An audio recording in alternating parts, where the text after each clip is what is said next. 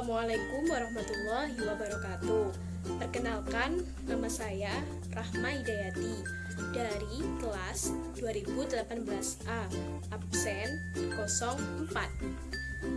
Di sini saya akan mempresentasikan tentang media pengembangan bahasa anak usia dini, yakni SMS Kosakata untuk membantu mengembangkan kemampuan berbicara anak usia dini. Saya memilih menggunakan media SMS Kosakata karena saya rasa cukup mudah dan lebih sederhana untuk digunakan anak-anak, juga mudah dibuat baik orang tua ataupun guru di sekolah. Media ini dapat digunakan oleh anak usia dini berusia 3-4 tahun, di mana mereka yang masih secara berbicaranya masih ada beberapa yang kurang lancar atau masih sulit. Jadi kemungkinan besar media ini dapat membantu mereka untuk bisa belajar berbicara. Selanjutnya saya akan menjelaskan tentang alat dan bahan untuk pembuatan media SMS Kosakata. Untuk alat dan bahannya sendiri cukup mudah didapatkan dan untuk harganya pun juga sangat terjangkau. Yang pertama yaitu ada gunting, yang kedua ada pensil, yang ketiga ada penggaris. Di sini kalian boleh memakai penggaris dari plastik ataupun memakai penggaris dari besi, tapi lebih aman dari plastik aja ya kawan. Selanjutnya ada kertas buffalo. Kalau di sini saya menggunakan kertas buffalo yang berwarna putih. Selanjutnya ada lem kertas. Terserah kalian mau pakai merek apapun, yang penting lem untuk khusus kertas ya teman. Dan terakhir ada kertas duplek atau kertas yang sedikit tebal atau bertekstur seperti kardus. Dia itu awet untuk bisa digunakan sebagai alas untuk ditempelin kertas HVS ataupun kertas buffalo, karena dia bisa mencegah kertas HVS ataupun buffalo menjadi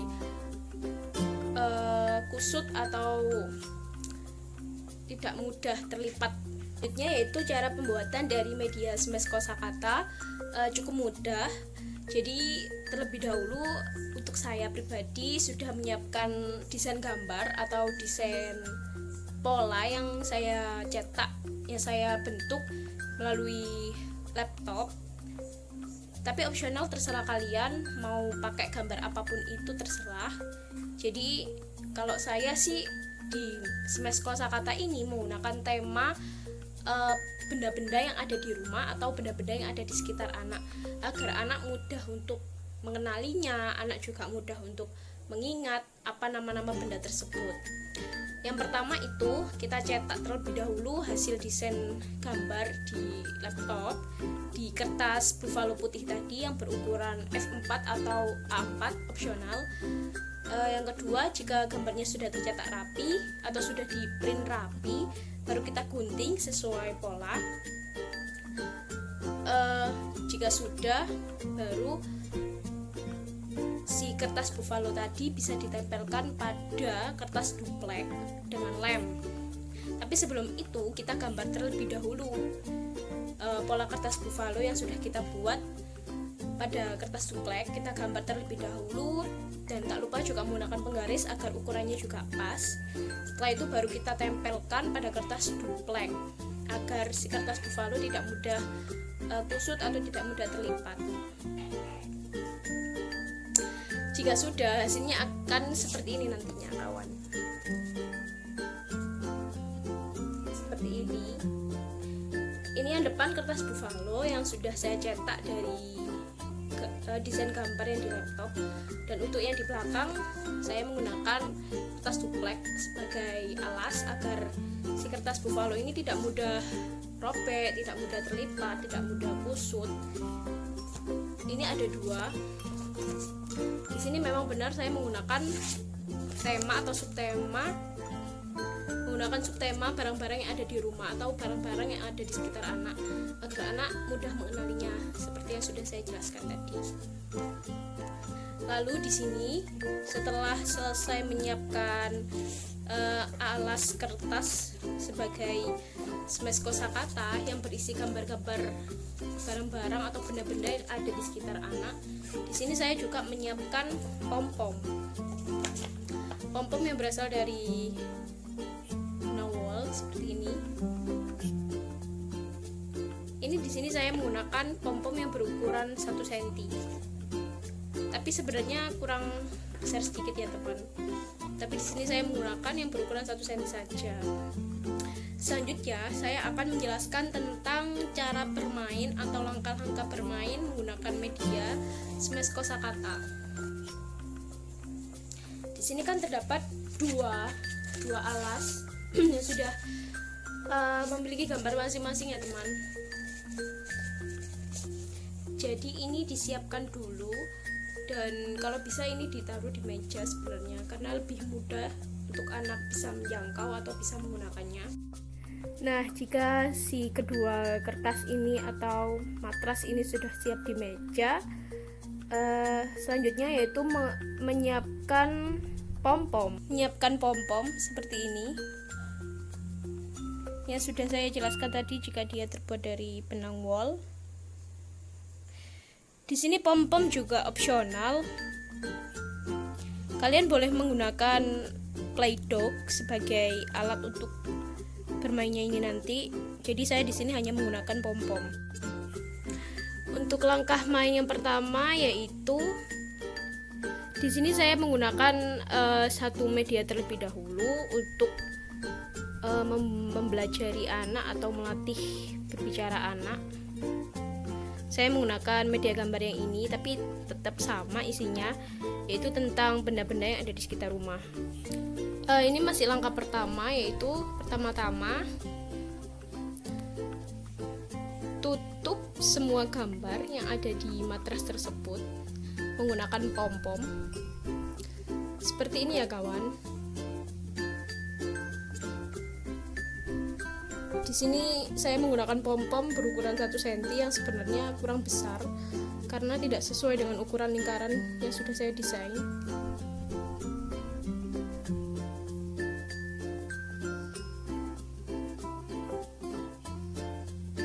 Dan sebenarnya lebih efektif menggunakan Play-Doh atau seperti plastising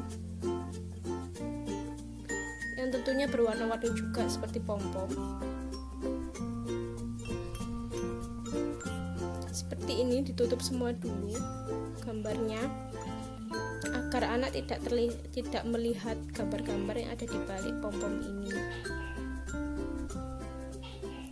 Sebenarnya lebih rapi menggunakan Play-Doh karena bisa menutup full gambar yang ada di lingkaran-lingkaran ini.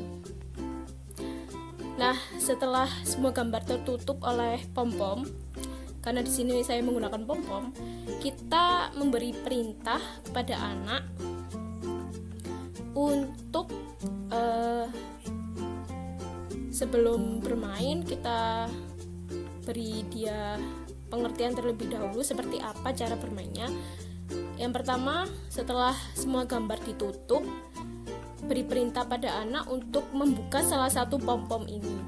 Nah, jika anak sudah membuka satu pom-pom, jika anak sudah membuka satu pom-pom ini dan dia melihat ada satu gambar yang dibalik pom-pom tadi, dia harus menyebutkan nama benda tersebut.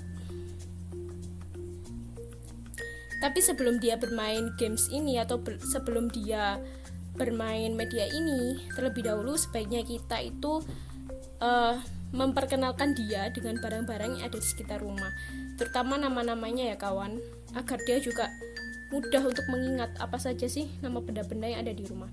Jika dia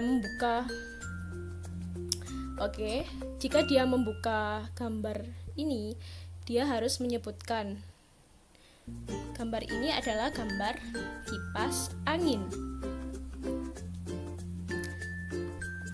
Kegiatan ini diulang secara terus-menerus agar anak mudah mengingat nama-nama benda yang ada di sekitar rumah. Selanjutnya untuk langkah kedua yaitu tetap siapkan matras yang berisi gambar-gambar ini. Juga kita tetap menyediakan pom-pom yang berwarna-warni sebagai pengganti Play-Doh. Sesudah itu cara main yang kedua, yaitu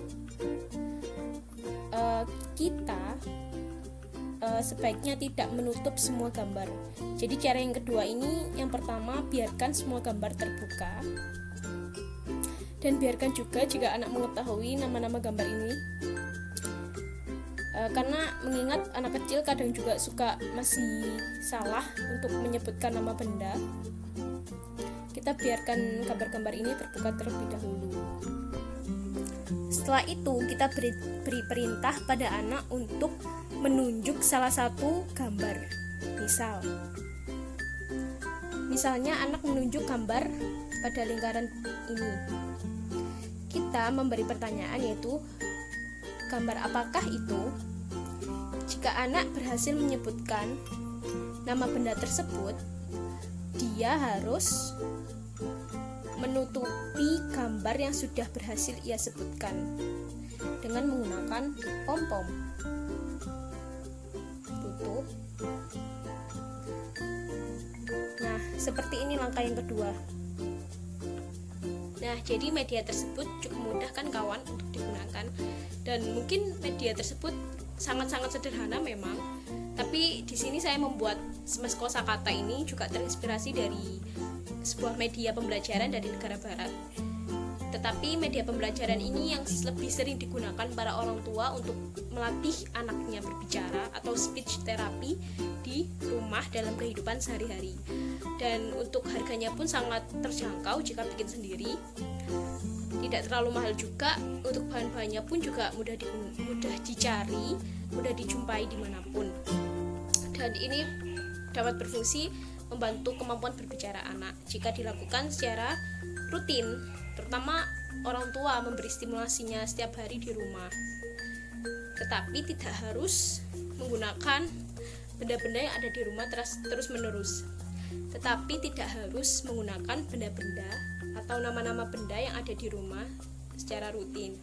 Orang tua atau guru dapat menggantinya dengan mungkin makanan, minuman, atau kegiatan-kegiatan seperti kegiatan yang disukai anak-anak di luar rumah. Jadi mengikuti tema. Karena apa? Karena supaya anak itu tidak bosan dengan materi yang itu-itu saja, dan orang tua pun juga dapat mengajarkannya, dan orang tua pun dapat mengajarkannya dengan cara-cara yang menarik agar tidak monoton atau diselingi dengan kegiatan bermain yang lain. Tetapi yang pasti ada hubungannya dengan untuk mengembangkan kemampuan berbicara anak. Nah, sekian presentasi tentang media pengembangan bahasa dalam kemampuan berbicara anak usia dini. Saya pribadi memohon maaf apabila ada kesalahan sikap maupun saat berucap, mohon maaf yang sebesar-besarnya. Terima kasih. Wassalamualaikum warahmatullahi wabarakatuh.